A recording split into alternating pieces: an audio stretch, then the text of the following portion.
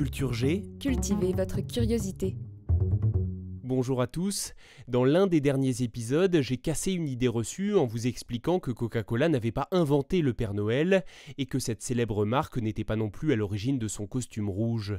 Aujourd'hui, je voudrais revenir sur la naissance, assez tragique, on peut le dire, du Coca-Cola. Petite précision, cet épisode n'est absolument pas sponsorisé ni réalisé en partenariat avec Coca-Cola. D'ailleurs, le Pepsi, le Brest Cola et le Meu Cola sont aussi très bons.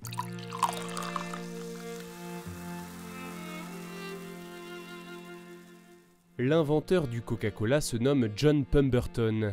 Il est né le 8 juillet 1831 aux États-Unis, dans l'État de Géorgie. Il étudie la botanique et s'intéresse à la médecine, notamment des plantes et des substances chimiques, pour devenir pharmacien. Genièvre, racines de noyer, fraises sauvages, griffes de renard, ailes de libellule, sauge, sel et laurier. Entre 1861 et 1865, la guerre de sécession déchire l'Amérique et John Pemberton reçoit un coup de sabre à la poitrine lors de la bataille de Columbus en avril 1865. La blessure est sévère et Pemberton manque d'y passer. Pour diminuer la douleur, les médecins lui administrent de la morphine. Cette opiacée était déjà utilisée à l'époque comme analgésique, mais la morphine c'est avant tout une drogue. Et Pemberton devient accro. Très accro.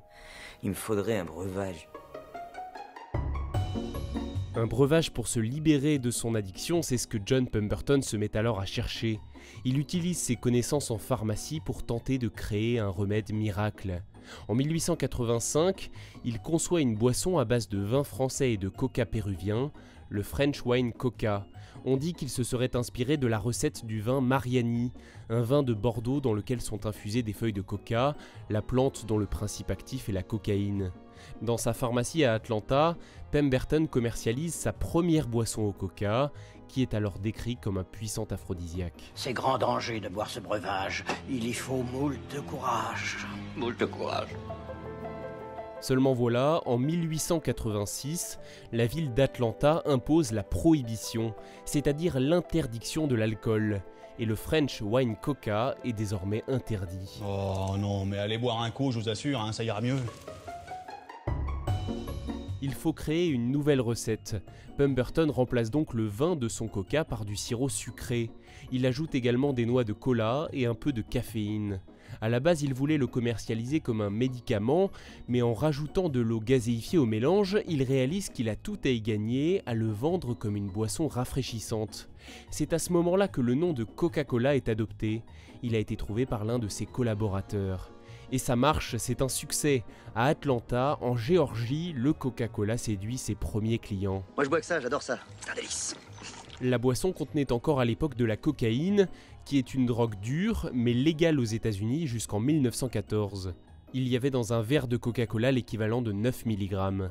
Au début du XXe siècle, sous la pression de l'opinion publique, la firme Coca-Cola retirera la cocaïne de sa boisson en utilisant des feuilles décocaïnisées, un procédé chimique permettant d'extraire les éléments psychoactifs des feuilles de coca.